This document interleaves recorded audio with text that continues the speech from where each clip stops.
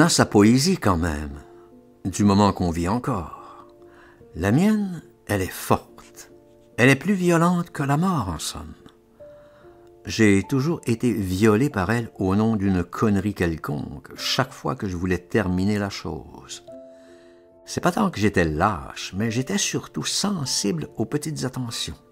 Je me disais que tout allait changer, la nature des hommes, d'un moment à l'autre. On sait pas à 20 ans que rien ne change.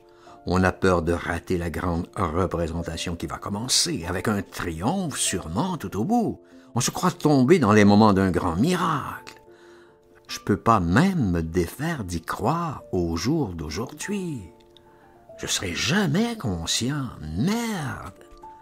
C'est le mensonge de sa propre vie qu'on veut achever à toute force avant d'en finir.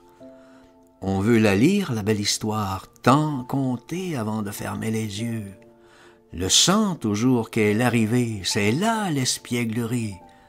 C'est pas méchant un homme au fond, c'est un acharné, voilà tout. C'est fier de son rêve. C'est un poète bien marrant. C'est de voir comment qu'ils se démerdent pour ça.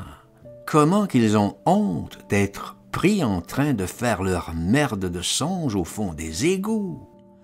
Étron du Joli, c'est le nom de l'homme.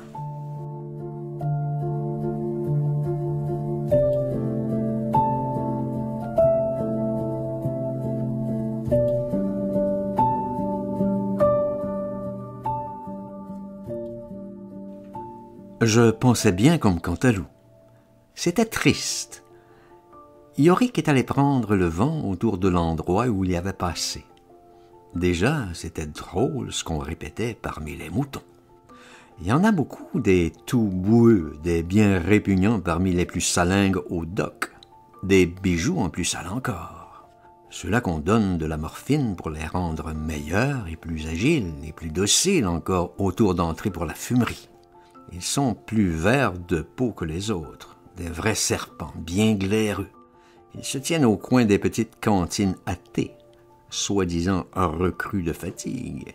Ils écoutent tout ce qu'on dit autour, tout ce qui passe. Ils retiennent les ragots, les bouilles nouvelles. Ils font rien. Ils sont lucides comme des angoisses. Mon cul, on l'avait bien prévenu pourtant qu'ils se gaffent.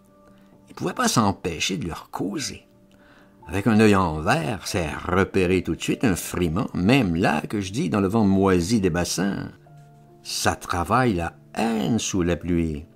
Ça mijote, ça ravage le fond des morpions et des pardessus. Ça siffle la dent pourrie douloureuse encore. Ça siffle alors un coup de froid déçu, comme la boue en plus. Je sais tout cela. C'est dur l'esprit à conserver.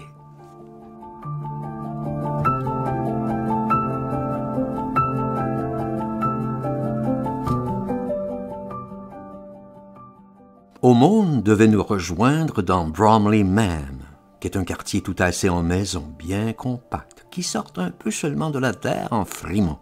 Il y en a des milles et des milles retenus par des grilles. On voudrait dire que c'est vilain, comme tout le monde, on le répète, mais on ment. On se cache pour penser qu'on la préfère à toutes, la rue des Peines sans début ni fin. Sa moindre maison, parce qu'elle sait se taire et que chacune au bout des grilles a peur d'être vue. Plus loin, on la recherche. On ne la trouve plus, la maison de peine. Passez votre destin, parvenue, elle, déjà, toute modeste, bien avant vous, au doux repos de l'infini des choses.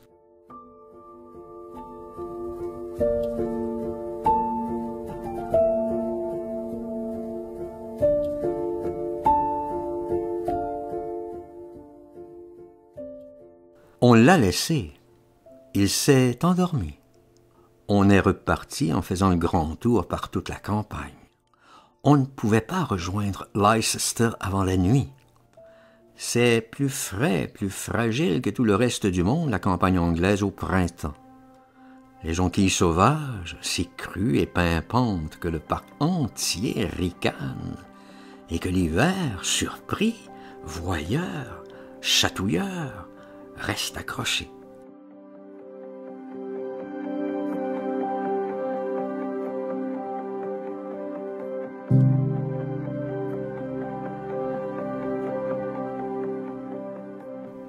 On prend par les venelles du quartier Shaftesbury, puis le quartier des grands business et celui des newspapers. À Saint-Paul, la cathédrale, ça monte, on souffle un peu. On domine les choses en silence. C'est un décor, la ville, dans le noir et gris, tout réparti dans les rues vides. C'est un silence comme au théâtre avant de commencer. Borrow et moi, sur les marches, on est les seuls spectateurs. Je me demande s'il entrait en scène ce qu'il dirait notre destin. Avec quel mot venu de bien loin encore il s'adresserait à nous. J'aime mieux ne rien savoir, ne rien connaître. Je n'aurais sans doute plus la force de l'écouter. Mieux les rues vides, toujours vides. Tout ce qui trouble l'écho ne peut être qu'abominable. C'est Ludgate, cette avenue de grand silence qui vient à nous, en pente douce avec toutes les maisons aveugles et lourdes de nuit. Là-bas, c'est le fond de la Seine, barré par un pont qui forme dans l'ombre la porte infinie. Voilà bien des jours qu'avec Borrow, on n'a pas beaucoup dormi. Il ronfle dès qu'il est vautré entre deux marches près de la grille. Il passe un cab et puis un autre, et puis c'est tout. Malgré l'été, j'ai la grelotte. La ville est heureuse, les choses sont heureuses. Elles ont des moments de douceur. Je m'endors quand même en tremblant.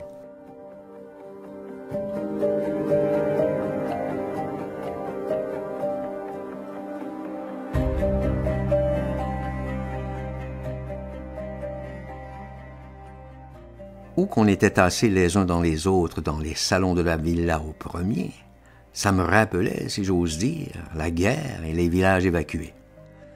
Je m'étais endormi de façon plus complète que ça m'était arrivé depuis bien longtemps, malgré les déluges en fanfare dans les deux oreilles. Je m'écoutais tout hachuré et roupillant de force quand même contre le bruit de tonnerre de Dieu, ce bousin croissant d'hiver. Dans votre propre viande, de cette pourriture de son qui vous ronge la raison toute crue, ça finit par intéresser. Ça possède sa grâce, la torture, son infecte harmonie. On pardonnerait, on y trouverait son compte s'il n'y avait pas toute la fatigue encore à se pendre après, écœurante, elle, sans toute l'idée du monde à refaire, angoisse par angoisse, à même l'atroce. Tout perdre et tout reprendre. Un univers s'effondre en vous dont l'abondance à souffrir est inouïe, présomptueux éberlué des morceaux de soi-même.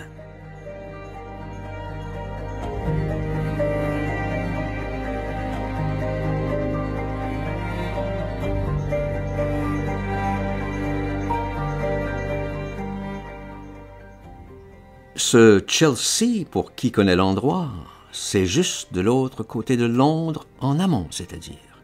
Un quartier plutôt d'artistes et des personnes de la bourgeoisie.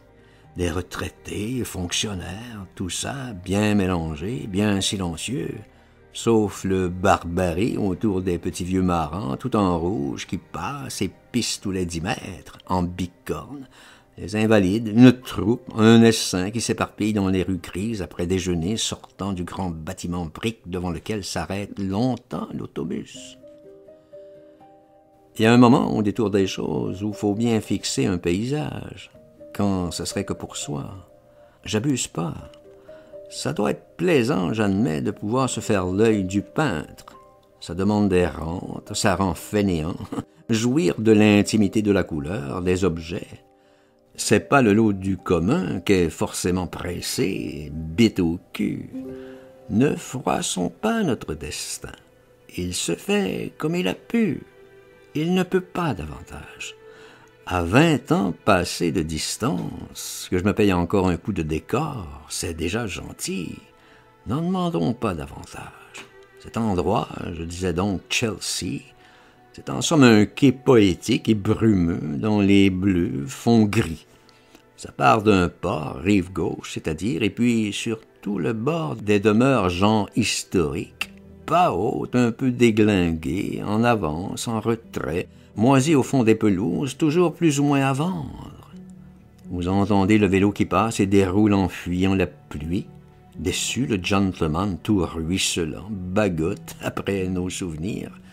Il retarde au déjeuner, il tremblote sur le miroitant de tout son reflet longtemps, et puis se perd dans les mauves, bien avant les 3 cheminées au fond, celles qui ferment le ciel au loin, au-dessus de l'usine, et mettent les nuages de fumée qu'il nous faut.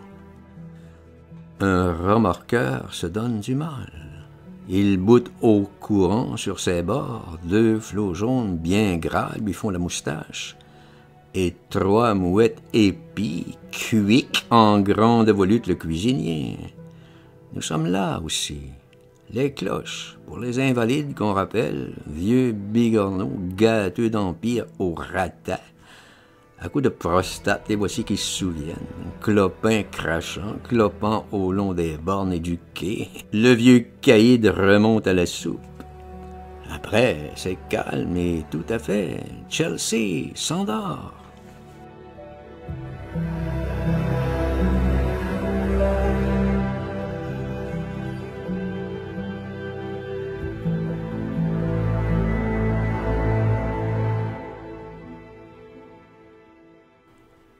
J'étais mal parti dans l'existence. C'est moche d'être né en 1893. Je le dis. La pire souffrance, plus que tout, même d'être infirme où j'étais pourtant bien comblé, même de la défense misérable où je tenais plus l'air qu'à un fil, l'atroce qui rend l'avenir encore plus aride et coupant que le couperait dans l'aube, c'est qu'on n'aura pas trouvé les deux, la forme et le fond, pour donner aux autres la chanson, pour leur rendre, avant qu'on crève, soit toute cette infection et cette bouse toute divine et bien aimable, le si tendre, le chaud, jusqu'au cœur même et plus près encore du pire moment des choses.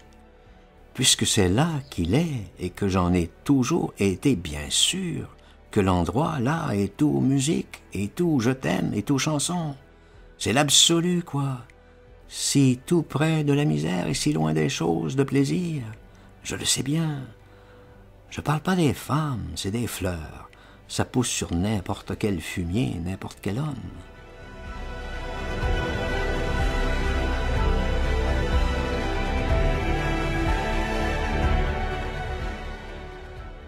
J'ai dit, moi, tout ça dans le chaland, mes réflexions, à Borochrome, puisqu'on allait se quitter.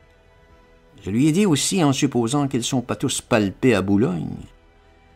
T'iras voir mes parents, passage des Bérézinas. Tu leur demanderas si on est venu me demander. Tu leur diras que je vais bien. Il y a plus de 2 ans qu'on s'est pas vus, depuis l'hôpital, à vrai dire. C'est une paye. Ils avaient bien du mal, d'après les lettres que j'ai reçues, que j'en recevais encore. Ils doivent être à la bourre avec leur commerce. Ça doit pas donner bien fort, la brocanterie. Vas-y voir, tu m'écriras à Portland Place, poste restant. Si tu sens que je suis poiré là-bas aussi, alors c'est bien, je tiendrai sur place le plus possible. Et si tu sens que je peux passer, je te rejoins et on trisse sur l'Espagne, comme ils ont dit. Dans le fond, je me faisais la résolution pour me faire sauter à moi-même la pipe s'il fallait encore qu'on me ramène au barbelé. J'ai rien dit de ça. Ils dormaient tous les 3. Le chat miaulait sans arrêt. Le panier lui faisait mal, on le trimbalait tout le jour. Faudrait bien que je vous donne ici l'impression du paysage. C'était surtout la question de brumes fragiles, libres, qui passaient comme des danseuses pressées à la surface des eaux, en leur voile comme un miroir mouillé. Attention, mademoiselle, c'est le courant des sous, la valse infinie, la belle eau qui porte au noyer, un glout-glout ondule au bord du chaland, noyer qui passe, vire et revient encore doucement à la proue de notre navire. Je t'embrasse, noyer, embrasse mon rêve, si nous avons la force, ta bouille bouffie, crevée d'hélices, courant tous les chagrins. La rivière passe encore à la rive où reprennent les choses. Ils sont partis tous les 3. Ils m'ont laissé, la brume les a pris. Il était 6 heures du matin.